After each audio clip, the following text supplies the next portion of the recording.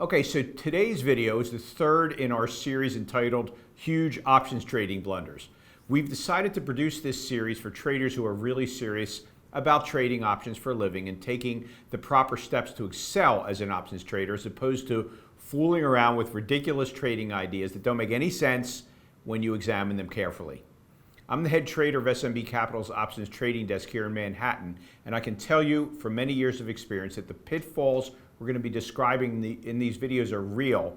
And if you're serious about trading for a living, you really need to pay close attention to these videos so that you can avoid serious problems in your trading journey. So if you're committed to changing careers and trading full-time as an options trader, then I urge you to watch this video and the rest of the videos in this series so that you don't fall by the wayside like so many aspiring traders who don't want to spend the time to learn the actual truth about the challenges and rewards of options trading.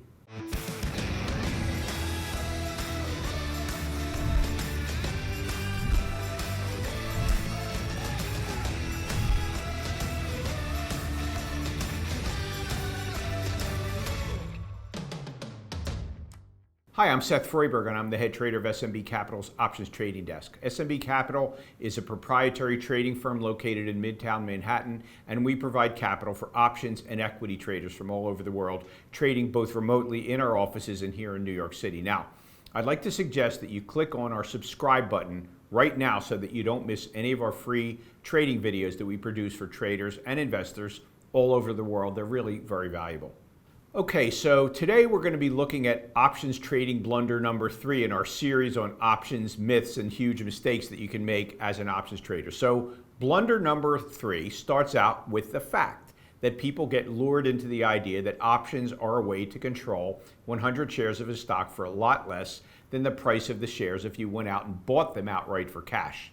And it is true that if you buy a call option at a strike price above the market price of that stock, then you do have the right to buy 100 shares of that stock at the strike price of your call option, regardless of how high that stock goes. So what that means is that the value of that option can increase greatly the closer that the market price of the stock gets to the strike price of the option that you bought. That part is true.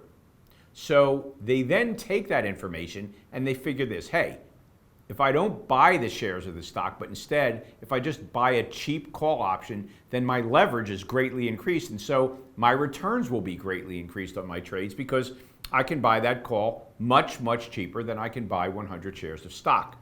And in fact, here's an example of just such a situation, which worked out very well. So let's take a look at Priceline back in the middle of 2017 when it was trading at 1810. So now let's take a look at the options which would have expired on July 21st of that year. Now, if you move up the options chain way above the market price of 1810, you'll see that 1950 call option expiring on July 21st. And you'll see that it has a price of $4.35. Well, a call option gives you the right to buy 100 shares of a stock, so you'd have to pay $4.35 times 100, or in other words, $435 to buy that call option. Now, there was a specific reason that we decided to buy that particular strike in this example, and that's because the option has what is called a delta of about 10, which statistically means that there's about a 10% chance that the stock will be at or above that strike price of $19.50 on the day that those options expire.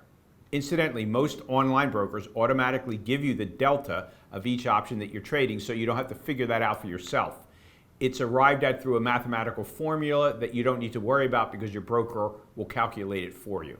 Okay, so anyway, now you're thinking to yourself, hey, I'm a pretty smart guy. I mean, I can control 100 shares of Priceline stock for $435 instead of having to shell out for 100 shares $181,000. I mean, wouldn't you rather plunk down $435 so that the worst it gets for you is a loss of just that, $435? If Priceline never reaches my strike price of $19.50, I mean, you'd be crazy to buy the shares for over $180,000 if you could control that same number of shares for $435, right?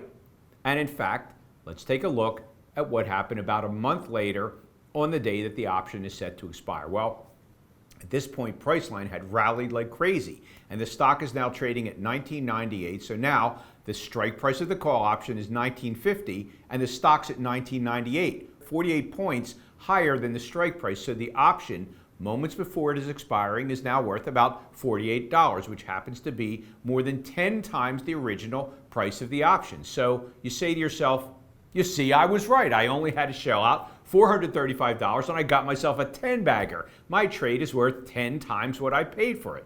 Well, that's an amazing return. I mean, I should do this every month and I'll make 1,000% return on my money. I mean, if I could just scrounge together 10,000 bucks, I could make $100,000. So I should just quit my job and go out and buy 10 Delta calls every month and I'll be rich, right? So you'll all open up your window and scream out, Options Trading Blunder number 3.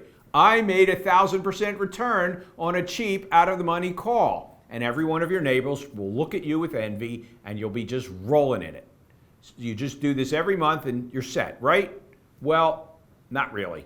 Now, before we explain why thinking in this way leads to such blunders as an options trader, I wanted to let you know that there really are, in fact, sound techniques for trading options for income. And in fact, we're currently running a 2-hour free intensive workshop at the moment where we'll be teaching you 3 of the strategies that real professional options traders use, including a really simple but incredibly effective strategy that some of the greatest investors in the world, like Warren Buffett, use all the time, plus an options trading strategy that has a statistical 80% probability of profit month in and month out, plus an option strategy that you can employ with the stock that you like, where you'll make your target profit whether the stock goes up, goes nowhere, or even goes down a small percentage. So if those strategies would be of interest to you, then you should check out the free options class that we're currently running. Just go ahead and click the link that should be appearing now at the top right corner of your screen. That will open the free registration page in a new window, so don't worry, you won't lose this video. Or you can just head on over to optionsclass.com to register for this free intensive workshop. It's a rare opportunity for retail traders and investors to learn directly from Wall Street traders, but that's exactly what you'll be getting through this free online workshop. So click the link to sign up now and don't miss it. Why does this seemingly great thought to buy cheap out of the money calls lead to options blunder number 3? Well, it comes down to the statistical basis of options trading. Remember, I told you that a 10 delta option has approximately a 10% probability of expiring in the money. Well, the flip side of it is that it has a 90% chance of expiring completely worthless, meaning you lose your entire investment in that call. 90% of the time. I want you to let that sink in. In other words, essentially, what happened on the trade that I just showed you is a fluke. It will only happen 1 out of 10 times on average during a year. I mean, Priceline is in fact the stock that moves around a lot, but we're talking about a 188-point rally from when we first entered the trade.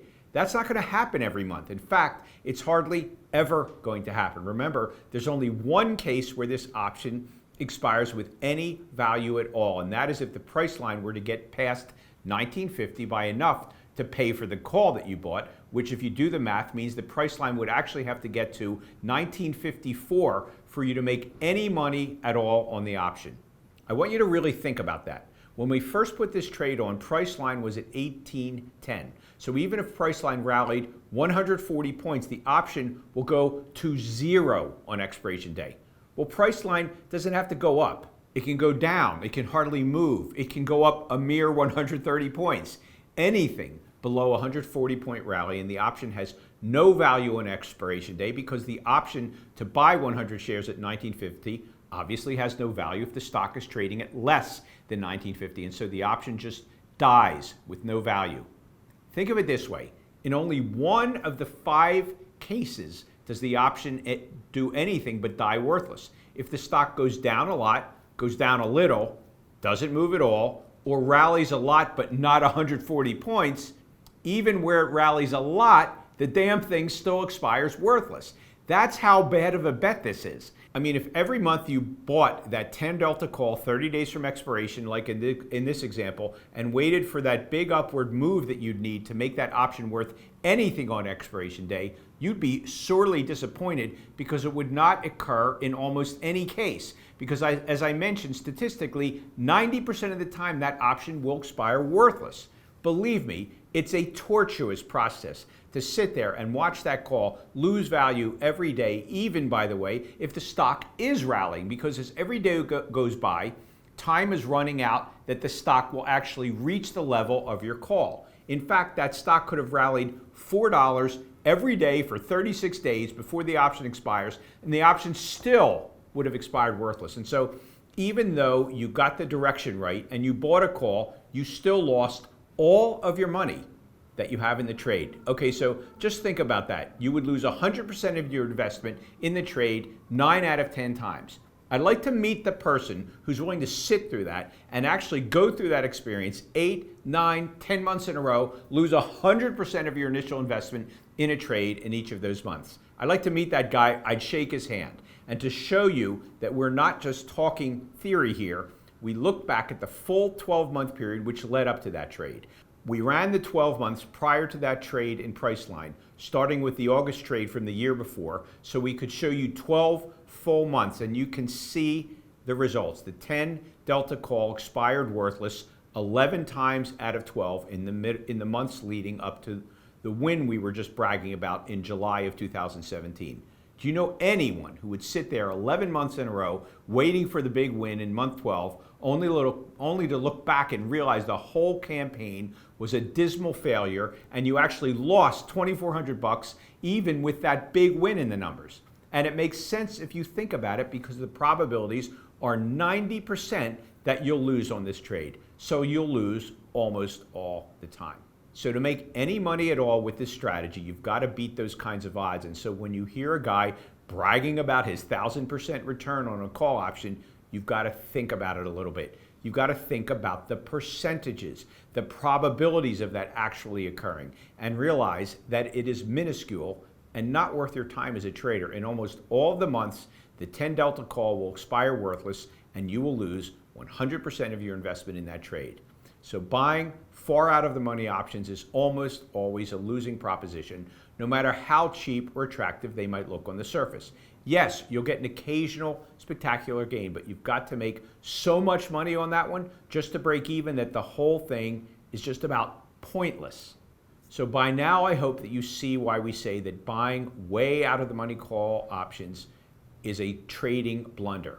It's a highly speculative strategy that's basically got the probabilities of a lottery ticket. And frankly, there are much better, more consistent, and sound strategies than going long some speculative call way out of the money because you happen to have $435 that you're willing to blow. So please think about this. Don't get lured into these spectacular sounding returns when in fact you'll end up losing money if you employ that same strategy consistently. Stick with soundly designed strategies that work consistently and you'll become a better trader long term. That's what the professional traders do, and that's what you should do if you want to trade options like a professional. Now, just to remind you, as I said earlier, if you enjoyed this video and learned something valuable from it and would like to learn the details of 3 real-world option strategies that professional options traders use all the time, then you should check out the free options class that we're currently running. Just go ahead and click the link that should be appearing now at the top right corner of your screen. That will open the free registration page in a new window so you won't lose this video. Don't worry. Or you can just head on over to optionsclass.com to register for this free intensive workshop. It's really a rare opportunity for retail traders and investors to learn directly from Wall Street traders, but that's exactly what you'll be getting through this free online workshop. So click the link now and don't miss it.